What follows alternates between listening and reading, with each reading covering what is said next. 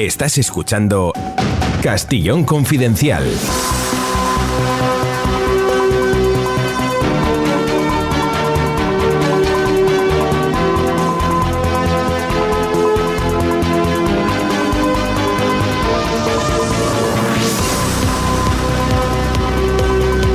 Gracias por estar ahí, amigos, en cualquier plataforma, a través de cualquiera de las emisoras que están transmitiendo este programa.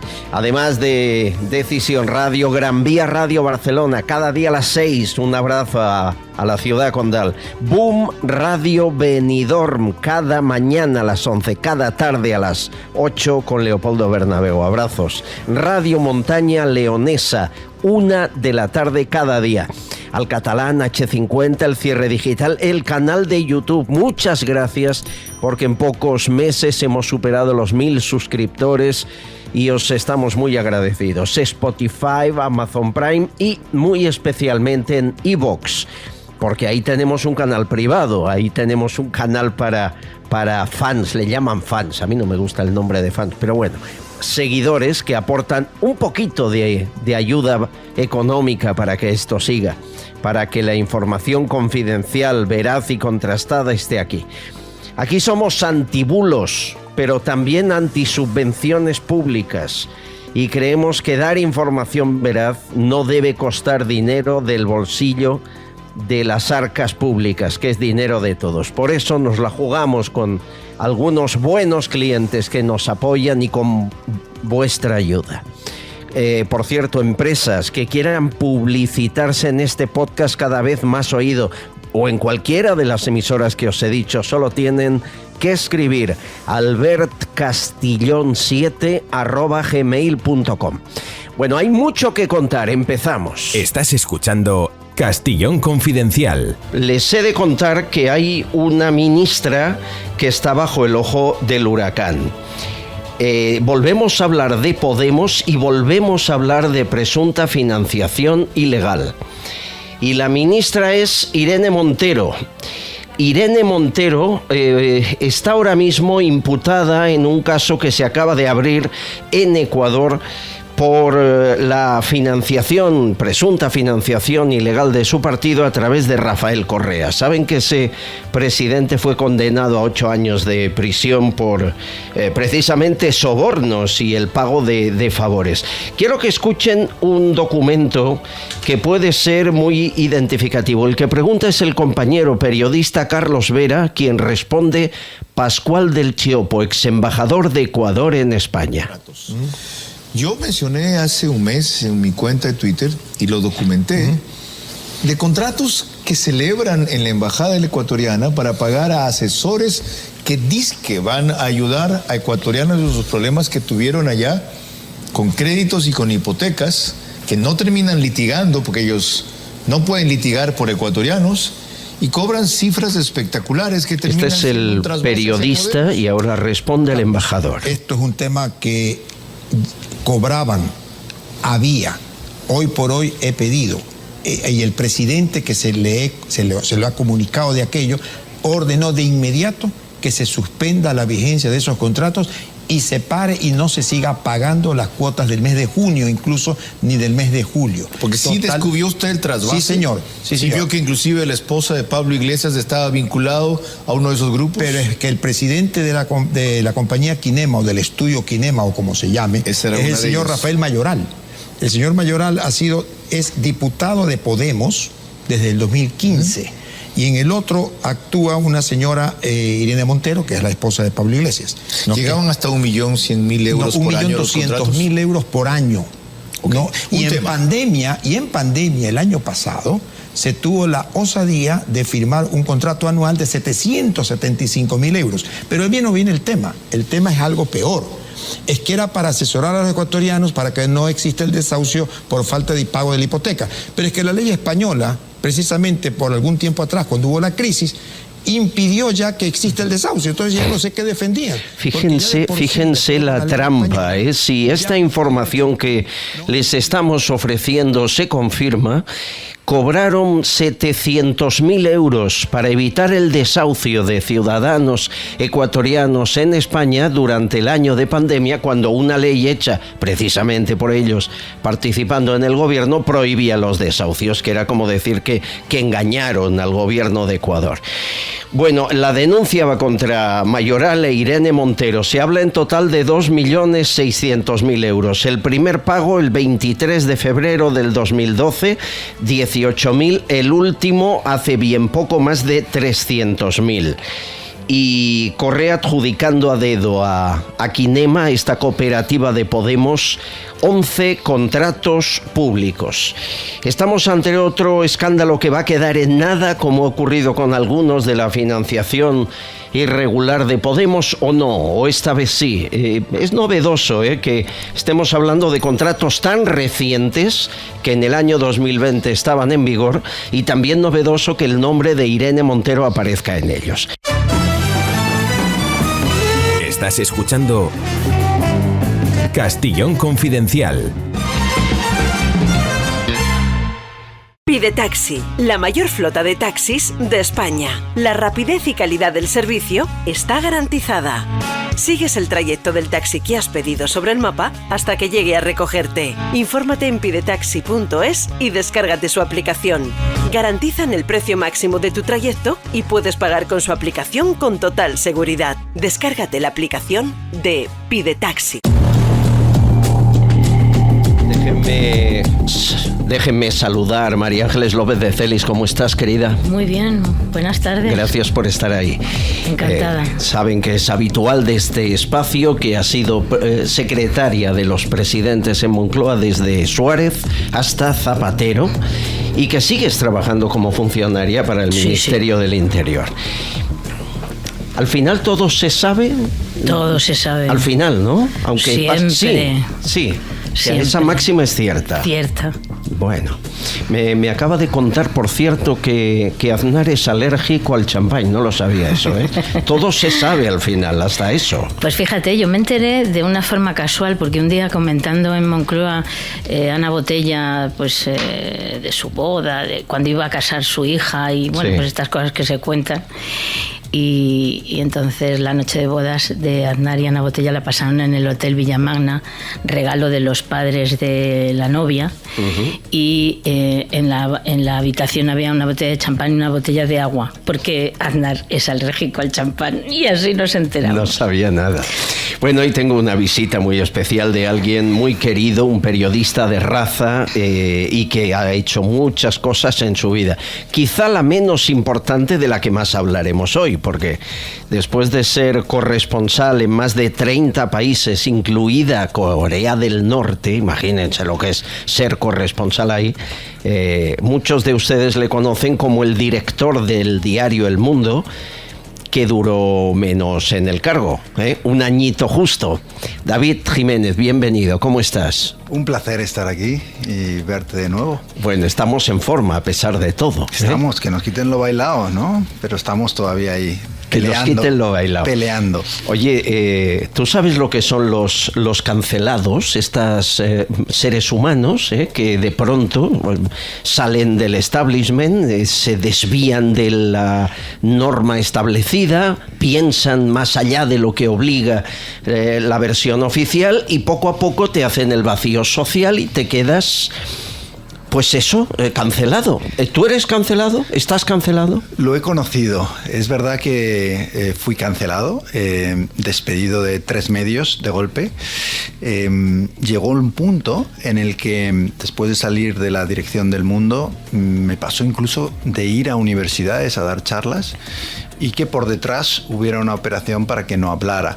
Esto en un país como España, ¿no? Es que esto hace 4 días, hace muy poco. Democrático y demás. Es verdad que después de publicar El Director, el libro que cuenta ese año de mi enfrentamiento a ese establishment del que hablas, a partir de ahí se produce algo que un amigo me suele decir: tú es que sobreviviste a la verdad. En el sentido de que el libro se convierte en un éxito.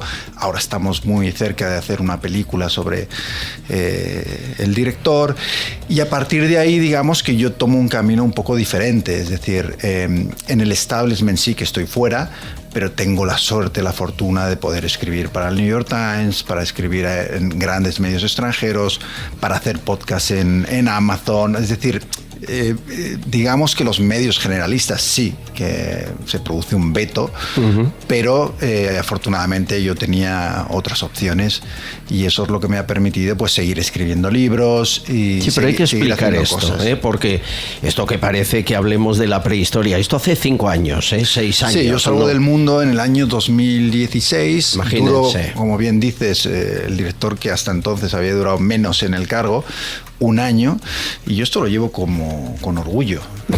O sea, es como una medalla que no quiero que me quiten, porque para haber durado en ese cargo tendría que haber hecho cosas que iban en contra de mis principios y de los principios de cualquier periodista. Yo conocí a David en Antena 3 porque como era director del Mundo venía muy a menudo. El día que dejó de ser director del Mundo no le volvimos a ver. Casualidad. Sí, no, casualidad nada. De casualidad nada. Lo vamos a contar y me tienes que contar muchas historias, María Ángeles, de esa extraña relación entre directores y Moncloa. Porque nos consta que hay directores que antes de publicar pasan por Moncloa, reciben la consigna y se van a la redacción. Esto ha ocurrido toda la vida. Lo vamos a contar. Antes, me permiten, Serafín Giraldo, inspector de policía. Tenemos novedades del caso de la madre que asesinó a la niña de 6 años. Noemí Martínez Largo es el nombre de la madre, 48 años. Quiero decirlo porque es muy curioso, ni una fotografía, Han pasado días, ni una imagen de ella hemos visto. Lo digo porque en el caso de José Bretón y tantos otros, hasta en la sopa, ¿no? Nos gustaría que la igualdad en casos tan graves se produjese de forma más evidente. Serafín hoy está más tranquilo porque quien ha ingresado en prisión es esta madre. Lo digo porque el abogado quería que entrara en un psiquiátrico. Serafín, cuéntamelo. Hola. Hola, Albert. Ha primado la cordura, la lógica en la causa por el asesinato de la niña Olivia. La jueza que lleva la instrucción ha enviado a prisión a la madre. Una prisión, es cierto, una prisión comunicada y sin fianza. Noemí irá a la cárcel, es el lugar que corresponde, y no un centro psiquiátrico como había solicitado la defensa. El padre nos ha dado muchas pistas. Había sido denunciado más de una veintena de veces. Sonrió, la madre sonrió, parece que tenía planificado todo cuando le entregó a la niña. Y además eso de suicidio colectivo no parece tan cierto cuando la madre apenas había consumido una pequeña dosis de barbitúricos. El Tribunal Superior de Justicia de Asturias, por tanto, ha confirmado que la magistrada titular del Juzgado de Instrucción de Gijón atribuye además un delito de asesinato. También es lógico, la niña no tiene capacidad de defensa y además utiliza el veneno. Por tanto, todo está siendo conforme a lógica jurídica y conforme a lógica social. Es cierto que la modificación, puede modificarse el delito de asesinato por otro, pero de momento la instrucción parece que va acorde a lo que pide la sociedad. También coincide con Fiscalía, que había apreciado riesgo de fuga si esta mujer, si esta asesina, presunta asesina, es puesta en libertad. Lo único que queda por superar en este país es llamar violencia vicaria a lo que realmente es violencia vicaria. Esta madre fue capaz de matar a su propia hija para hacer daño a su marido, a su exmarido. La verdad es que pensarlo suena increíble, pero de momento la lógica jurídica y la lógica social coinciden. Gracias, Serafín. No era suicidio asistido, o así lo entendió el juez, aunque ahora el caso va a seguir. ¿Por qué ese doble rasero, María Ángeles, tú que eres mujer y madre? Deberíamos actuar igual los medios, ¿no? Totalmente. Yo creo que ahora hay una especie de ensalzamiento del feminismo y de la... pero si tú eres feminista y has ido a todas las manifestaciones... Claro que sí. Cuando me decías, digo, antes de que naciera Irene Montero, yo ya iba a las manifestaciones. Pero por supuesto, una cosa es el feminismo con rigor y con cordura y con, en fin, como filosofía de la vida para, en fin, que haya igualdad igualdad, ¿no? O sea, aquí de lo que se trata es de igualdad. Sí. Si hay igualdad para lo bueno, también tiene que haberlo para lo menos bueno. Y entonces, bueno, pues me parece que efectivamente hay una manipulación de los medios para que haya cosas que no trasciendan, ¿no? Yeah. No hemos visto la cara de esa mujer, no es que por eso vaya a cambiar nada, ¿no? Ni su delito deja de ser el que es, pero efectivamente otras veces machaconamente en todos los telediarios, en todos los informativos, pues nos han salido este tipo de hombres que también han cometido unos delitos gravísimos, claro que sí. Estaba aquí David Jiménez cuando estaba hablando él de ese bloqueo que recibió siendo director del Mundo, que ahora nos explicará, está en el libro. ¿Sabes quién me venía a la cabeza? Pedro J. Ramírez, porque yo estaba en la tele en aquella época. Yo recuerdo haber escuchado cosas en los pasillos que me ponían los pelos de punta. Por ejemplo, que nunca sé si son del todo ciertas, pero lo que a mí me llegaba es que se reunían los poderes mediáticos de este país, todos, Mediaset, A3 Media, los grandes periódicos, para cargarse a Pedro J. por meterse tanto con el rey, por tener ciertos espías en Moncloa. Y claro, te lo he de preguntar hasta donde puedas, María Ángeles. ¿Tenía Pedro J. espías en Moncloa?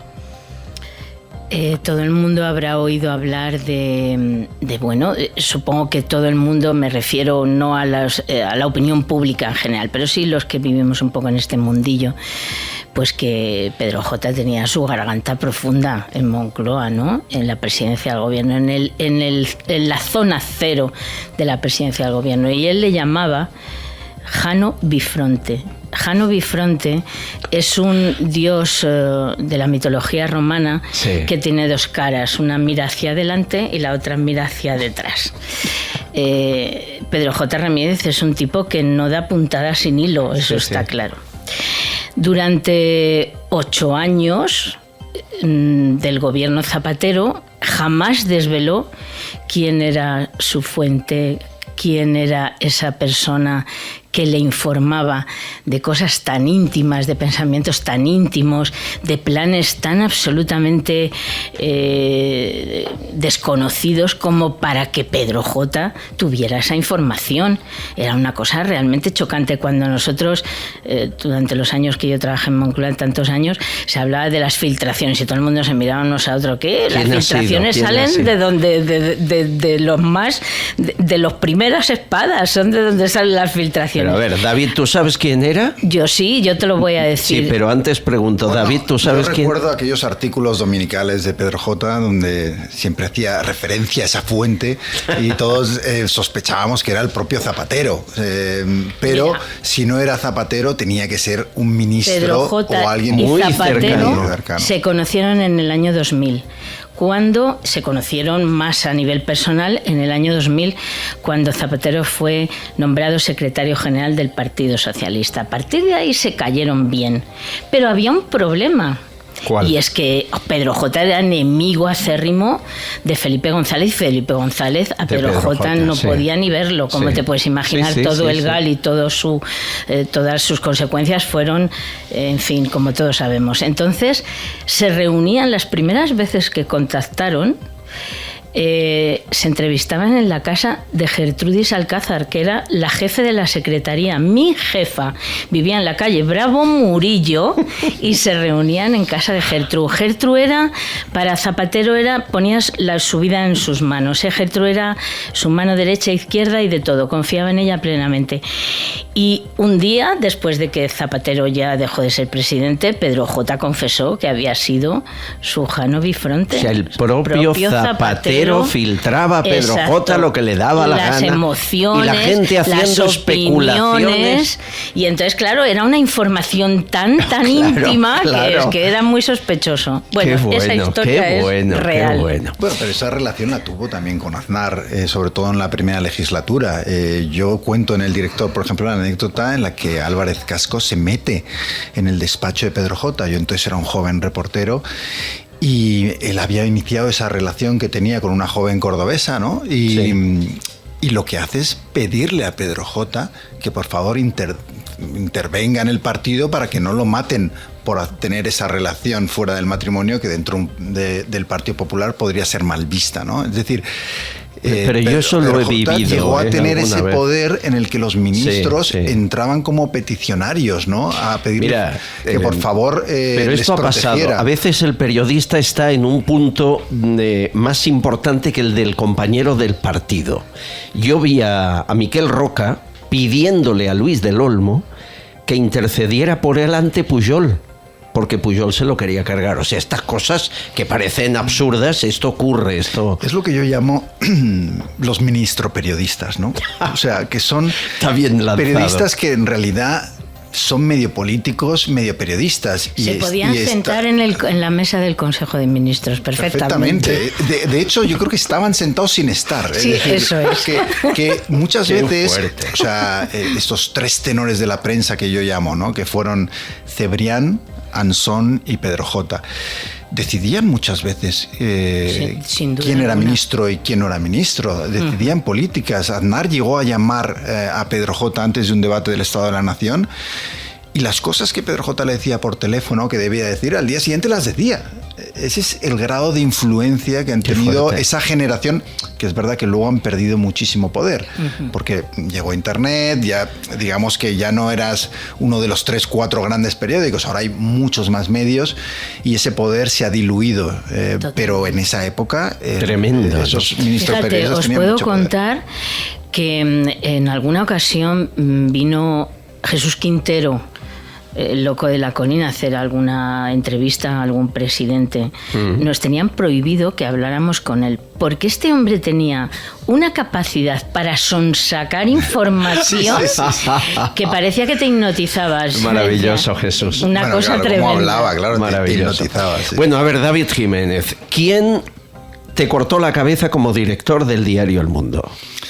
Bueno, si es que hay persona con nombre y apellidos. Fue una asociación de intereses políticos. Nosotros habíamos denunciado en el periódico la corrupción del PP, de esa época que me tocó, pero también denunciábamos las del PSOE, denunciamos muchas cosas de Podemos, denunciamos de todo, ¿no? Al final, a los 6 meses de llegar a la dirección, la realidad es que todo el mundo estaba cabreado conmigo. Y eso incluía también gente importante en el IBEX. Claro, si yo hubiera tenido como presidente de unidad editorial entonces a alguien que protegiera a su director y a su redacción, pues a lo mejor habría podido sobrevivir. Pero es que yo tenía aliado con esos poderes a Antonio Fernández Galeano, que era la persona, digamos, que al final me mata. O, digamos, ofrece mi cabeza a esos poderes que no querían que contáramos la verdad en el periódico.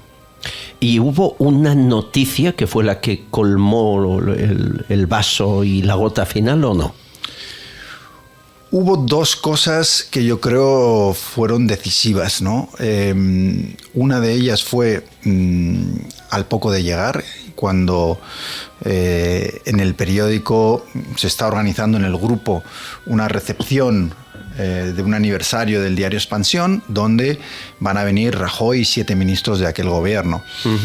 Y con la mala suerte de que un periodista, Esteban Irruizeta, llega esa mañana y me llega con una historia exclusiva de que los 4 presidentes del PP conocían la caja B del partido. Eso me llega a las 10 de la mañana. Yo a la 1 recibí a Rajoy y era el día que lo iba a conocer. Y entonces tengo que tomar la decisión. Si te lo guardas o claro, lo publicas. Yo le digo a Esteban, oye, lo podemos retrasar a mañana, porque es que tengo... Y me dice, bueno, es que entonces no lo pueden pisar. Y entonces digo, pues nada, abrimos la web a tope. Abro la web y según abro la web, después me cojo el taxi y me voy a la recepción. Y ya veo la cara del presidente de la empresa, ya veo tal Rajoy no me quiso ver ese día. Y luego me llegó, a través de una persona que estuvo presente, una reunión en la que el presidente de Unidad Editorial dijo algo así como: nos hemos equivocado de hombre. Es decir, ya vieron... No es de los nuestros. Bueno, que no va a aceptar que nadie le haga el periódico. Yo no estaba dispuesto a aceptar. Yo estaba dispuesto a que otros gestionaran las cuentas del periódico. el marketing, todas esas cosas, pero el periodismo lo iba a hacer yo. Y para mí era muy importante dejar eso claro, ¿no? Y luego a partir de ahí se produjeron pues, incidentes parecidos uno detrás de otro que yo creo que reforzaron esa idea de que no iba a ser lo dócil que ellos pensaban. Aquí, claro, mucha gente cuando lee El Director me pregunta siempre lo mismo. Me dicen, pero ¿cómo se les ocurrió traer a alguien que había estado de reportero de guerra en lugares como Afganistán y pensar que iba a ser dócil? Porque no es el perfil de una persona, ¿no? Si tú te has ido a jugar la vida por contar la verdad en un conflicto, es cierto. ¿Te va a intimidar un político cuando te llama por teléfono? ¿Pero quién censura más? ¿PSOE o PP? Mi experiencia es que no hay en España, o por lo menos yo no he tratado con un solo partido o político que entendiera el papel de la prensa en una democracia. O sea, yo recibía Convergencia en Cataluña igual. Bueno, o peor. Tuve muchos problemas con el gobierno de Rajoy, pero es que a la vez yo recibí mensajes, y lo cuento también en El Director, de Pedro Sánchez, que entonces estaba en la oposición, quejándose constantemente de lo que hacíamos, y eso que estaba en la oposición, ¿no? Y al final es una utilización de la publicidad institucional, de las presiones. Yo he visto cosas como licencias de televisión y radio que se dan o se conceden antes de las elecciones para mantener a la gente callada. ¿Te estás refiriendo a La Sexta o no? En general, o sea, bueno, la Sexta fue un regalo. O sea, yo el caso que yo viví personalmente era que el ministro Soria, el ministro de Industria, tenía que autorizarnos a alquilar unos canales de televisión digital terrestre TDT, y entonces a mí se me pidió que no publicara cosas en contra suya, ¿no? Y al final publicamos el documento que obligó a dimitir a Soria. Entonces, quiero decir, yo me metí en demasiados fregados, hice pocos amigos, pero bueno, yo siempre le digo, voy mucho a las facultades de periodismo, ¿no? Le digo, mira, si queréis un trabajo en el que la gente salga siempre satisfecha, montad una pastelería, ¿sabes? Porque en un periódico al final vas a cabrear a la gente, y ese es nuestro trabajo, cabrear al poder. Me pasó con Pablo Iglesias igual, públicamente señaló a un periodista con nombres y apellidos y lo ridiculizó en la Universidad Complutense, que era el periodista que yo tenía cubriendo a Podemos, ¿no? Entonces, tú no puedes hacer eso cuando eres político, para empezar, porque ese periodista estaba haciendo un gran trabajo. Pero es una incomprensión de lo que es el papel de la prensa en un Estado democrático que para mí es generalizado y me sabe mal decirlo, pero yo no he encontrado a un solo partido que entienda que haya respetado completamente el trabajo de la prensa. Amigos, se llama El Director, es el libro de David Jiménez, contando las cosas tal y como las siente, con sinceridad. Es un placer tenerte aquí, maestro. Siempre, un placer para mí. Gracias. Sigue visitando las facultades. ¿Tú aprendiste algo en la Facultad de Periodismo? No, nada. Gracias, sí, pensé que era yo el único. Por eso para ver si puedo enseñar algo. Como no había coincidido con David, quiero que lo sepa, porque Albert ya lo sabe y los oyentes también.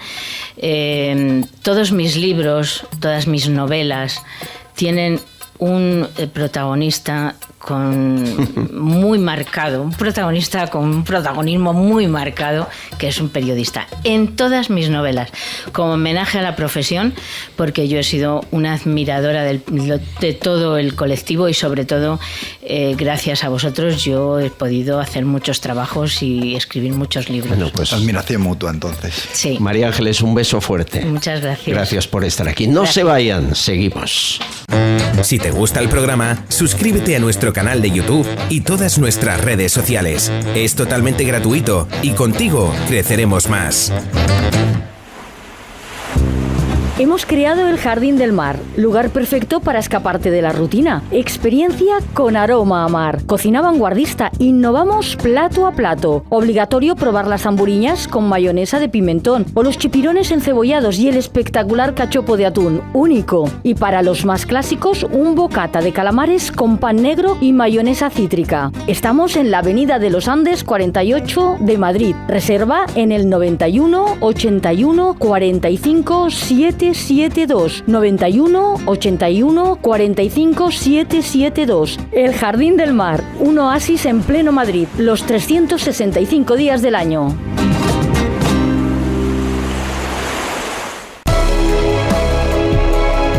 Vichy Catalán, agua buena, el agua que merece su organismo, que aporta las sales minerales que perdemos haciendo ejercicio con la vida diaria. Vichy Catalán antes se vendía en farmacias hace años porque tiene muchas ventajas demostradas científicamente.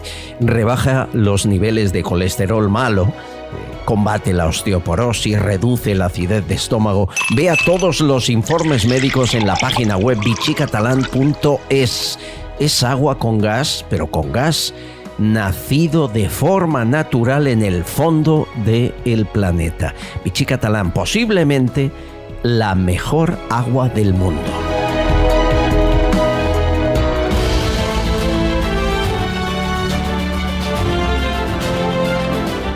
Estás escuchando Castillón Confidencial. Un gusto recibir a tres cerebros privilegiados, materia gris en marcha, además con neuronas que funcionan, no como las mías. Ellos están en plena expansión neuronal y se nota en el gesto. Fíjense, Ángel Niño, que se ha quedado concentrado mirando un micrófono. Ángel, por favor. Ángel, despierta. No, estaba pensando que al final la capacidad neuronal se ha demostrado que no es indicativo total y absoluto el cociente intelectual, que puede variar. De hecho, se ha hecho un estudio con unos niños indios que, desmotivados, tenían un cociente intelectual, les empezaron a formar y una serie de actividades, y después de un año su cociente intelectual era más alto. O sea, mucha neurona no es igual a mayor inteligencia. Correcto. Eso justifica lo de Ricardo. Esto justifica lo de Ricardo. Oye, vamos Ricardo Rodríguez, bienvenido. Patricia Suárez, presidenta de Asufin, bienvenida. Hola. Y Ángel Niño, ya le conocen, concejal de emprendimiento del Ayuntamiento de Madrid y además presidente de Mercamadrid, habitual de Horizontes en televisión y cuántas cosas más. Ángel es un trabajador nato, no paras. ¿Has leído hoy la prensa digital? He leído algunas cosas. No lo digo porque el Partido Popular dice que le da ultimátum a Villacís para irse al PP hasta diciembre, que si no ya no puede. Coméntalo con Begoña. Pues no sé, la verdad es que ¿A ti no te ha llegado esa propuesta? No sale mi nombre, ¿no? Pues entonces no te puedo decir nada. No, sale el de Begoña. No me ha llegado ningún tipo de propuesta, por tanto poco puedo valorar. Bueno, yo no sé de partidos, pero sí sé de personas, y Ángel es uno de esos políticos raros, porque está preparado y está en política. Raro. Es decir, podría irse y encontraría 20 trabajos que le pagarían más. Y eso es tan poco habitual en política, perdone. De hecho, te diré que yo tenía un salario bastante más alto hace 3 años y medio cuando estaba en la empresa privada que ahora cuando estoy en política. Lo sé, es un caso raro. Yo, perdóname, me parece un poco injusto lo que dices. Yo creo que estamos acostumbrados a... Por Adriana Lastra lo dices. Lo digo por mucha gente. Es decir, el que da la cara, el que hace más de portavoz, el que vemos más en la tele, no siempre es el más preparado. Pero yo sí que creo que los partidos políticos tienen muchísima gente que trabaja muchísimo, que sabe muchísimo y que prepara lo que muchísimo. Me dices es peor aún. Los programas. Pero lo que me dices es peor, es que normalmente el líder es el menos preparado, pero el que da mejores codazos y por eso llega arriba. No, pero ¿sabes qué pasa? Que no todo el mundo da bien en la tele, no todo el mundo habla bien, no todo el mundo polemiza igual. Hay perfiles muy buenos que son más grises y que no comunican tan bien, y esa es la cuestión. Sí, pero sabes que así como en la empresa privada, la mayoría de empresarios suelen ser gente que se rodea de gente que son mejores que ellos, porque al final lo que quieren es que su empresa gane. En los partidos políticos no suele pasar esto. El personalismo, me rodeo de gente que no sea muy buena. No estoy tan de acuerdo. No es posible. No es posible llevar a cabo todas las reformas, todos los proyectos de ley, todos los cambios regulatorios que hay si no tienes un buen equipo. Y mira, te voy a poner un ejemplo. Irene Montero, te voy a poner un ejemplo. Son gente fantástica, con un ministerio que apenas tiene dinero. Y la mujer es que deja hasta las cejas. ¿Cuántas leyes ha sacado?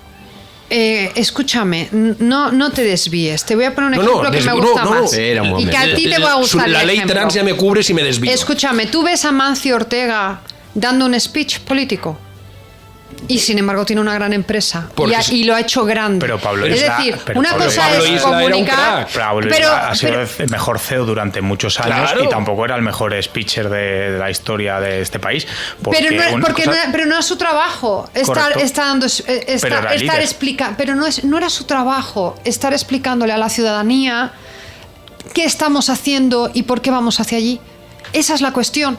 Entonces los que vemos, los ciudadanos, suelen ser... ¿Qué es la dictadura de la televisión esto? Muchas veces el sí, que da mejor imagen y habla mejor que sea el líder, aunque sea tonto. Es que para llegar Pedro allí... Sánchez, vamos, me estás describiendo a Pedro Sánchez. Pero perdóname, guapo, alto, habla inglés, pero la tesis se la dictaron. Hubo una época que pareció que hacíamos casting, teníamos a Casado, a Rivera y a Sánchez. Sí, sí. O sea, os estoy diciendo algo que es como muy evidente, no es lo mismo el que está allí para comunicar y convencer y a la postre sacar votos que todos los que están detrás para trabajar y que las cosas sucedan. Suerte que llegó Yolanda y lo rompió todo y ahí está pues la mujer que más explica. ¿Por qué no me das algún ejemplo del otro lado que no te guste? Es que solo no te gustan de un lado, que te veo un poco simplemente sesgado. Es que tú has dado 3 ejemplos y yo te he dado el cuarto que faltaba, que es una mujer, porque parece que solo los hombres son los que están así. Y yo digo, una mujer, no sé, digo yo, igual, No, Patricia. que sí, claro, no te lo niego. Y tienes arrimadas. Hubo una época que en Ciudadanos se pensaba que hacían la fantástica Calvo, la jefa de Ángel Niño es Begoña Villacís y es cerebro y belleza a la vez. Claro, porque ahí se combina, pero es que no solamente... No es habitual. Reconozcámoslo, no es habitual. Yo voy a romper una lanza en favor de los políticos, de todos, y de todos los partidos políticos. Al final sí que es cierto, y os lo dice alguien que viene de la sociedad civil, de las empresas privadas, de hecho de mis propias empresas, en el cual piensas que los políticos, no trabajan, no es cierto. O sea, yo todos los que conozco, sobre todo los que tienen labores de gobierno, es decir, los que tienen cargo de que tienen que gestionar, trabajan y mucho. Y mucho, ¿eh? Os hablo de política local, bueno, que es la parte que conozco. Después vienen los errores. A ver, en las últimas horas ha habido una metedura de pata de Feijóo y aquí quien mete la pata, no sé si igual el partido, nos gusta recordárselo, porque además cuando eres alguien que quiere ir a la Moncloa, hombre, pues has de vigilar un poquito más lo que está ocurriendo.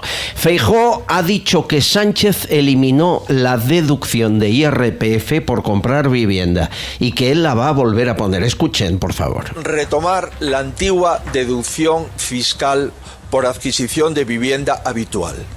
Es fundamental que alguien que se ha comprado su primera vivienda y que tiene una hipoteca pueda desgravar en el impuesto de la renta lo que está pagando por el préstamo, como se vino haciendo en los últimos años hasta que llegó el Partido Socialista y el presidente Sánchez. Bueno, pues la metedura de pata es que esto lo hizo Rajoy Montoro, en 2013 con Montoro de ministro. A ver, yo no digo que tenga 1000 asesores como Sánchez, porque también meten la pata con tanto asesor. Pero esto es gordo. Vamos a ver, esto es gordo. El líder del mayor partido de la oposición no va a tener asesores, y yo te digo una cosa, en lo que yo conozco, la parte de consumo, energía, esto que también es vivienda y banca, ha hecho algunas afirmaciones que a mí me sorprenden y que yo le recomendaría que se rodease de algún economista un poco más avispado. Ya. Pero esto no es una cuestión de rodearse de economistas. ¿Cómo que no? No, a lo que me refiero es una cuestión de ser fiel a lo que ha pasado, que es verdad, que fue uno de su partido el que lo hizo, y aquí ya no se trata de economistas, se trata de estar documentado y decir,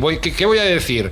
Hoy es jueves. Pues sí, es jueves, es verdad. No puedo decir que es miércoles, pero tú, es viernes. ¿qué quieres que le documenta? ¿Tú crees que él va libre por el mundo? No. Él tendrá su programa y tiene gente alrededor que le documenta. Y esa barbaridad se la ha soltado a alguien. Yo, desde luego, a ese le cortaba la cabeza, como la reina de corazones. ¿Tú sabes qué hizo Esperanza Aguirre? Esto me enteré yo una vez, off the record, que a mí me parece que dice mucho de ella y muy bien. Esperanza Aguirre, cuando llegó al Ministerio de Educación, al parecer le dijo a todo su equipo, a la gente que habían elegido de su gabinete, les dijo, bueno, pues a partir de ahora, chicos, yo quiero hacer esto y aquello, y cada uno tendrá que hacer su trabajo, documentarme, etcétera, etcétera. Y solamente os voy a decir una cosa. Como yo diga algo que no sea correcto y venga de uno de vuestros papeles, ese está fuera. A mí no me hacéis pasar el ridículo. Wow. A mí me parece que es lo que hay que hacer. Wow. Y Feijóo tiene que echar al que le ha puesto eso en el papel. Yo estoy contigo, hay meteduras de pata muy gordas. Bueno, Ángel Niño, acabas de llegar de algo sobre el emprendimiento femenino. ¿Cómo se llama eso? Se llama Womenalia. Pero ¿cómo se puede llamar Womenalia, que parece un parque de atracciones para Irene Montero? A ver, cámbiale el nombre inmediatamente. Tampoco me gusta esto de que penséis que todo lo que tiene que ver con la mujer sea Irene Montero. A mí eso me ofende. Te voy a decir, pues es lo, oye, te voy a decir y voy a ampliar información. 800 millones nos separan. Te voy a decir que Womenalia es un evento, una asociación de mujeres emprendedoras que tiene una trayectoria de 10 años, que nació como un apoyo de un ecosistema emprendedor de mujeres que, como sabemos, en España está en torno al 20%, sí. Y que es un evento que se realiza de manera anual buscando, en este caso, aumentar y fomentar el emprendimiento femenino, porque tenemos que tener en cuenta, más allá de lo que el Ministerio de Igualdad diga que puedes compartir o no, es que en España tenemos un índice de emprendimiento femenino en torno al 20%, teniendo en cuenta que somos aproximadamente el mismo número de hombres que de mujeres. Si no llegamos al 50% del emprendimiento femenino, estamos perdiendo un 30% de talento, y eso es algo que no nos podemos permitir. De acuerdo, pero ¿y si no quieren?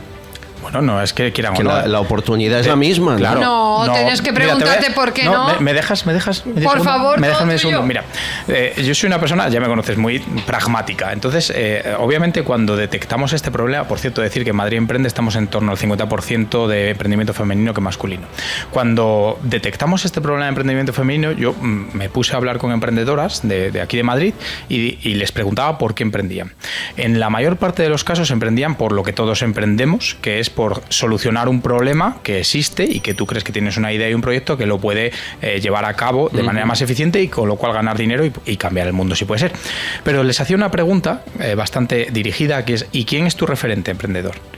El 90% de ellas me decía emprendedores masculinos. Entonces ahí te das cuenta que hay un gran problema, sobre todo en habilidades STEM, o sea, en lo que es informática, matemáticas y demás, que no, las chicas cuando están en el instituto no tienen referentes femeninos. Entonces lo que hay que hacer es fomentar esos referentes femeninos. Un momento.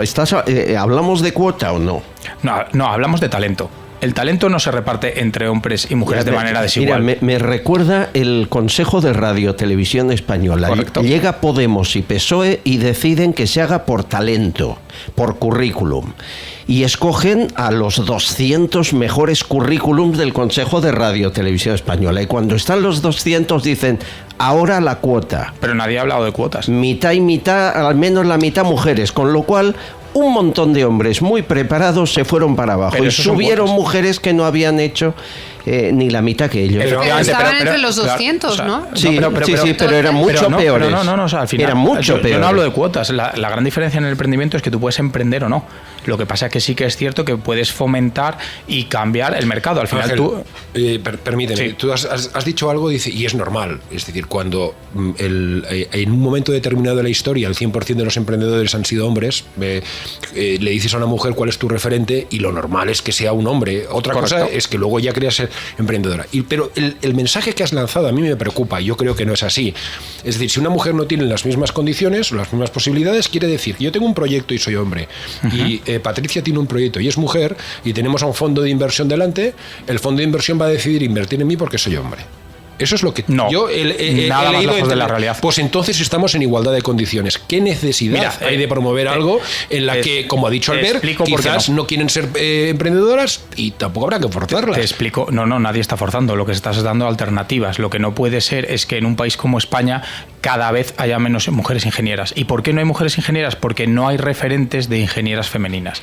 ¿Por qué yo entré en la ingeniería? Porque me encantaba la informática y porque los grandes referentes de informática me gustaban. Por tanto, lo que hay es que no hay que obligar, no hay que poner cuotas, hay que dar alternativas. Y la alternativa no es decir: oye, vas a emprender o voy a apoyarte a ti porque seas mujer o no porque no seas mujer. La alternativa es explicar a las nuevas generaciones, sobre todo a las nuevas generaciones de futuras ingenieras, que esto sí es una alternativa. Y así no dejas en blanco la utilización del talento femenino, porque insisto, y esto es una realidad, es imposible que el talento no se reparta de manera más o menos igualitaria. No hablo de un 30 o un 20, te hablo de, puede estar en un 45, un 55, un 60, pero no me puedes decir, no, es que solo hay un 20% de emprendedoras porque solo hay un 20% de talento en las mujeres. No estoy nada de acuerdo. Seguro que existen otros factores endógenos y exógenos pero son los que modifican la yo voy realidad. más allá. Es que ellas pueden valorar otro tipo de cosas. Ahí voy. Es decir, ellas igual valoran más la seguridad que porque ser un emprendedor, ¿sabes qué es? Asumir riesgo. Totalmente de es acuerdo. asumir un montón de cosas. ¿Y por qué una mujer no puede decir, oye, pues mira, yo conozco muchas mujeres, más que hombres, que priorizan su relación emocional, familiar y hijos por delante de la profesión. Perfecto. Cosa que en hombres es mucho más complicada de conseguir. Y por lo tanto están dispuestas a reducir su salario y no ascender a cargos que podrían para priorizar ver a sus hijos, criarlos y tener una vida emocional plena. ¿Las están perjudicando? ¿Quién dice que no son felices? Ellas eligen. Yo te hago otra pregunta. ¿Tú crees que eso es de verdad una opción? Es su opción. ¿Quién soy yo para decir cuál es la buena? Albert, te lo voy a volver a reformular. ¿Es que acaso una mujer puede, al igual que un hombre, crecer profesionalmente sin abandonar su casa? Puede. Porque si puede hacerlo, entonces es una opción. Pero si no puede hacerlo, no está una opción, se están repartiendo, Patricia, entre él y ella. Patricia, y de verdad, o sea, no puedo más y me estoy enfadando mucho con el negacionismo que predicáis. Nos quedamos en casa porque no tenemos opción. Porque ellos pueden crecer profesionalmente y nadie les va a preguntar. Es más, ellos jamás van a decir, me llevo al niño al médico, porque le van a preguntar, pero no, ¿y tu mujer? Patricia, no, por favor. No me puedes decir eso. Estamos hablando de emprendimiento. Emprender quiere decir dos personas que deciden iniciar un negocio. Por lo tanto, aquí ya no depende de un tercero si te contrata o no. Es decir, yo me lanzo y cojo riesgo, consigo capital y me meto. Pero Alberto está hablando de eso. Déjame acabar. Y sigo pensando. La decisión, lo que yo opino, y opino como Albert, es que esta toma de decisión, hay muchos factores encima de la mesa. Los hombres ponen unas cosas encima de la mesa y las mujeres, que no es ni mejor ni peor, ponen otras. Pero es que no es verdad. No, déjame acabar. A partir de eso, que me venga una mujer y me diga, yo tenía un proyecto exactamente igual que el de un hombre y a mí no me lo han financiado por ser mujer. Pero entonces es que hay estudios ya de eso. Vente a uno de mis webinars sobre sesgos de género en la concesión de créditos a las mujeres. Pero es que ya hay estudios, Ricardo, que lo dicen. Por favor, estudios que no los hago yo ni cualquiera, que los hace el Fondo Monetario Internacional o el Banco de España. Quiero escuchar a Ángel Niño, concejal. 2 puntos. Has hablado acerca del crecimiento profesional dentro de las empresas grandes de manera general, en el cual la mujer tiene que abandonar el ascenso profesional, generalmente por criar la familia, la maternidad y demás. El emprendimiento, es decir, que es justo al revés. De hecho, muchas emprendedoras a partir de determinada edad deciden emprender e iniciar su negocio porque es mucho más compatible con su familia y con estar tiempo con su familia. Por tanto, en este caso no aplica. El segundo caso que aplica es uno de los puntos que hemos detectado nosotros, que creo que puede ser interesante para analizar, es que a lo largo de la vida útil de las empresas, de las startups, sobre todo los 3 primeros años, el 56% de empresas lideradas por hombres acaban desapareciendo. Tan solo el 29% de mujeres. Lo que quiere decir que existe un factor de seguridad que hace que las mujeres no emprendan de manera más arriesgada, porque son bastante más conservadoras. Y lo que hay que fomentar es justo lo contrario. Lo que debemos decir, oye, también debéis emprender, arriesgaros un poco más. Por ahí sí que voy yo. Pero también, además, te diré una cosa. Yo conozco a muchas emprendedoras. Yo soy un emprendedor conozco a muchas. Te puedo asegurar que el 90% de estas emprendedoras tienen entre sus 5 máximos directivos a hombres. Qué curioso, ¿no? Es decir, porque entiendo que eligen a los mejores, no por sexo. Entonces, es decir, tendría que haber una cuota, ¿no? Tendría que haber 50 y 50. ¿Por qué?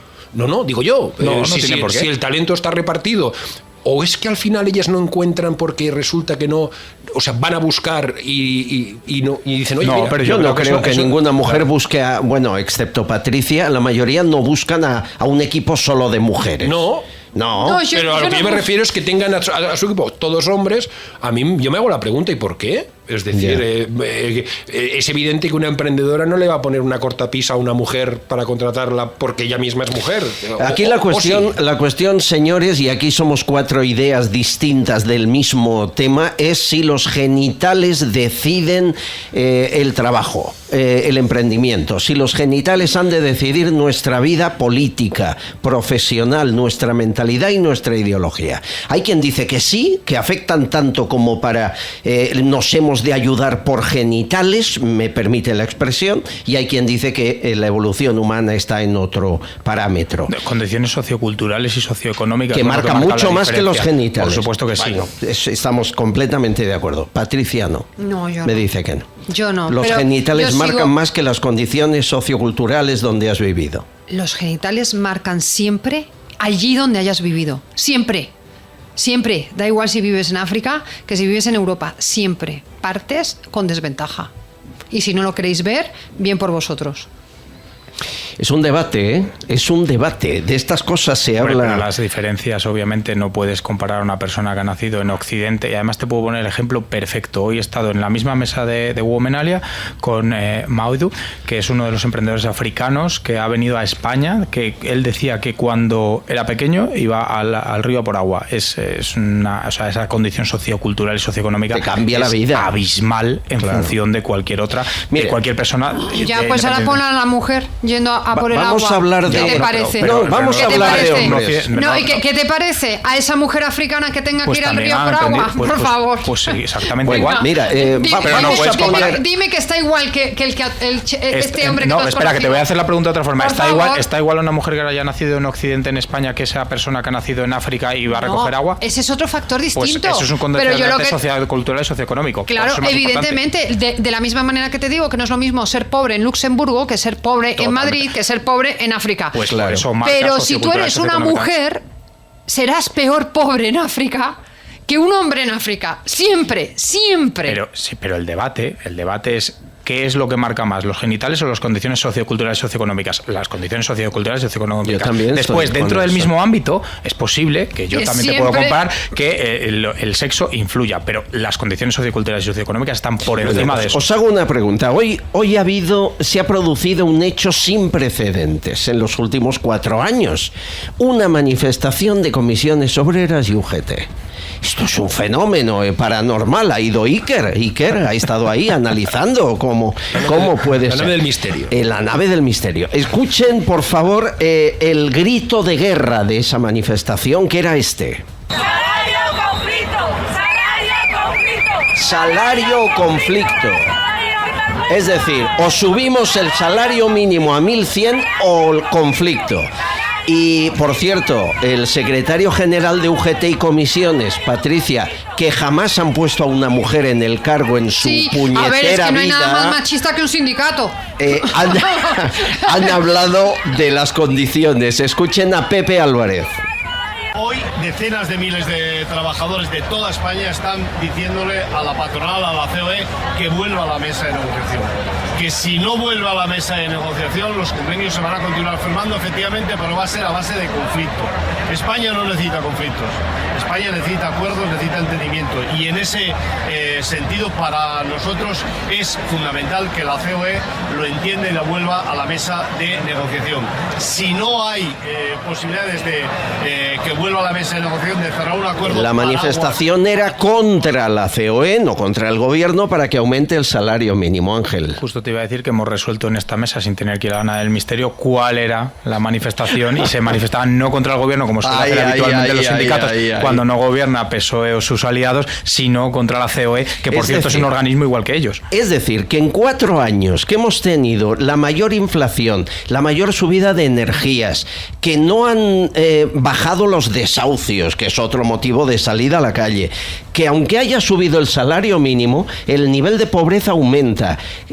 Cáritas dice que hablamos ya de 3 millones de familias en el umbral de la pobreza. 6 millones. Es la 6, perdón. Y me salen a la calle contra la COE después de pagar el recibo de la luz que hemos pagado.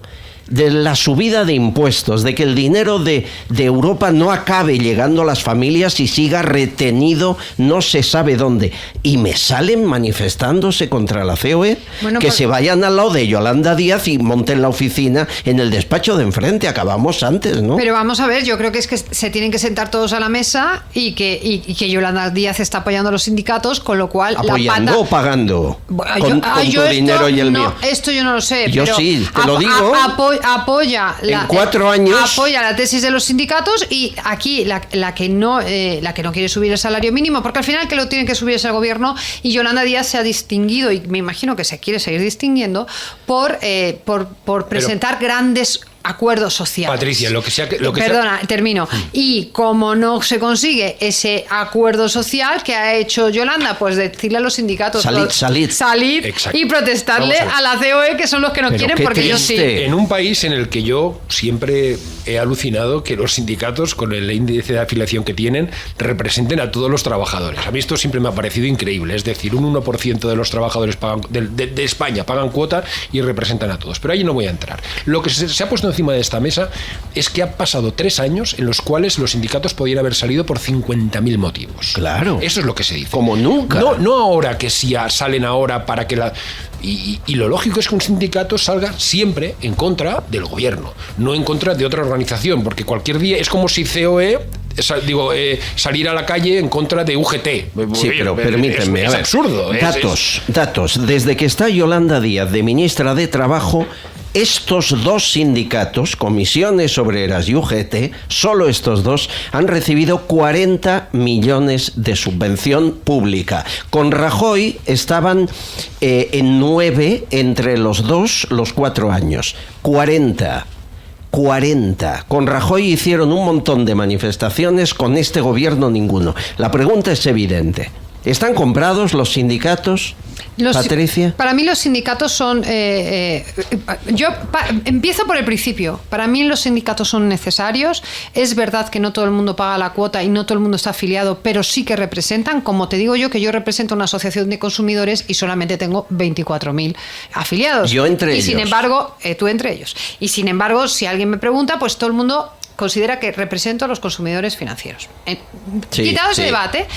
Para mí los sindicatos se han bastardeado, ya son sistémicos, en el sentido de que ya forman parte del sistema y están mantenidos por el sistema, y no mantienen una independencia real de los poderes. Ya son una secretaría general, ya son algo así. Y a lo que dices de los dineros, te voy a decir una cosa. A mí no hay nada que más me repugne, que es como se hace uso político y partidario del dinero público, y como cuando llega un gobierno al poder, me da igual a nivel local, autonómico o estatal, reparte dinero entre las asociaciones afines, siempre. Bueno, me gusta, creo estamos bastante de acuerdo. Lamentable. Sí, estamos bastante de acuerdo. A ver, datos del paro. Ricardo, eres economista, emprendimiento, concejal, me ha de decir algo. Yolanda Díaz, Nadia Calviño, encantadas y diciendo que hay prensa, que estamos malgastando el tiempo porque los datos son espectaculares.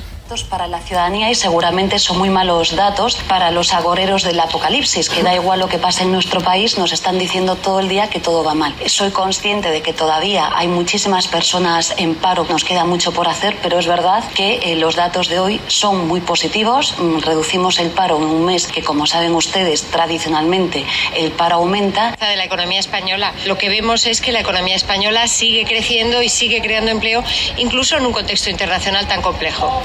A ver, como agorero del apocalipsis, según Yolanda Díaz, Ricardo Rodríguez, que eres agorero del apocalipsis. Soy agorero y además les voy a cantar a estas 2 señoras, vamos a contar mentiras. Pero hombre, si el paro ha bajado o no ha bajado. No, y Farreras se ha pasado 5 horas diciendo que jamás en la historia en un mes de octubre. Han cambiado las reglas del juego. Los números que estamos comparando en este octubre con los que comparábamos el octubre del año pasado son diferentes.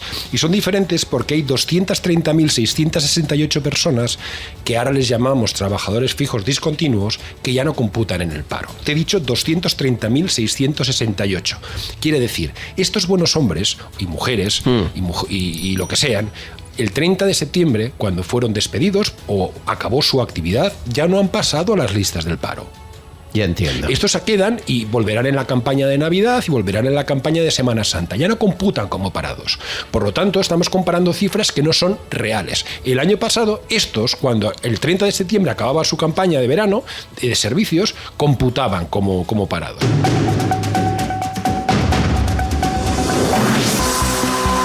No hay más tiempo, amigos. Gracias por estar ahí. Feliz fin de semana. El lunes aquí encontraréis este podcast, este programa de radio de nuevo a la hora en punto en la que lo estáis sintonizando en Gran Vía Radio Barcelona a las 6 cada tarde, de lunes a viernes en Boom Radio Benidorm a las 11 y a las 8 y en Radio Montaña Leonesa a la 1 del mediodía. Gracias a los amigos que nos siguen por Speaker, Spotify, por Amazon Prime y muy especialmente por iVoox, donde se pueden hacer fans, y al canal de YouTube. Leo cada comentario que hacéis. Feliz fin de semana, descansad. El lunes más información confidencial contrastada. Gracias por estar ahí.